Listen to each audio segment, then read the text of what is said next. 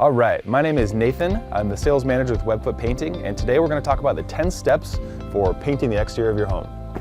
The first step is going to be a walkthrough with the crew leader or project manager, and they're going to introduce themselves, walk your project, talk about the scope, and just make sure that we're on the same page with the process that we described in the proposal and what we're going to do with your house. The next thing we're going to do is we're going to pressure wash the entire house. We're going to come out about a day or two in advance and give the whole house just a nice rinse off to clean it all up.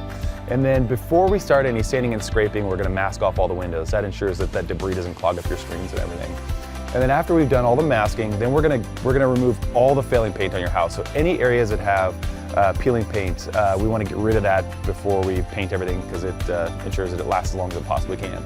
So corner boards, flat surfaces, we want to sand because it gets rid of that paint a little bit quicker, it's more thorough. And then areas that we can't sand would be like textures of the siding, battens, areas we can't get our sanders in, those will be scraped.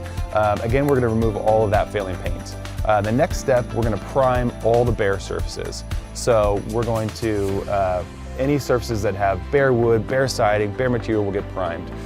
This is also the same primer that we use on the gutters. So oftentimes we're painting your trim to match your gutters, or your gutters to match your trim, and then downspouts will match your body as well. So, and then once we've primed all those surfaces, the next step we're going to do is we're going to make sure that all the caulking is good. So areas that typically need caulking are going to be like your corner boards, window trim, around the garage door, where your butt joints meet, that kind of stuff. Any place that's been previously caulked, we want to reseal that and caulk it up again. So now that we've done all the sanding and scraping and the priming and the caulking and all that stuff, we're ready to mask off everything else that we haven't masked off yet. So we're going to take care of masking off foundations, lighting, fence lines, roof lines, basically everything else that we don't want to get paint on. And once that's done, then we're ready to start the painting process. So we always do 2 coats of paint on all surfaces. We start with the body. So we're going to spray out that body. We're going to do that first coat. A coat is measured in mils, so there's a proper amount of paint that you're supposed to put on there. It's 3 mils.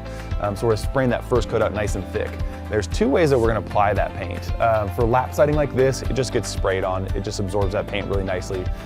When you have T111, vertical siding, any rough siding, wood, that type of stuff, we want to back brush that first coat. So after we've sprayed that first coat on, we're back brushing it in to make sure it gets properly distributed to all those cracks and crevices. Once the first coat's done and everything's dry, then we're going to start that second coat. So again, everything gets sprayed out. There's no need to back brush surfaces typically unless it's really, really rough for that second coat. It just gets that second coat sprayed on. Again, it's another 3 mils there. And then once the body is all done, then we're hand painting all the trim. Again, it gets 2 coats as well. It all gets cut in with brushes and rollers. And once we've done all the painting, then comes the cleanup process. So next up is cleaning. We're going to clean up all of our masking. We're gonna, areas where we've dug our ladders and stuff into the bark dust, we're gonna smooth that out. We want there to be no sign that we're here except for just a beautiful paint job.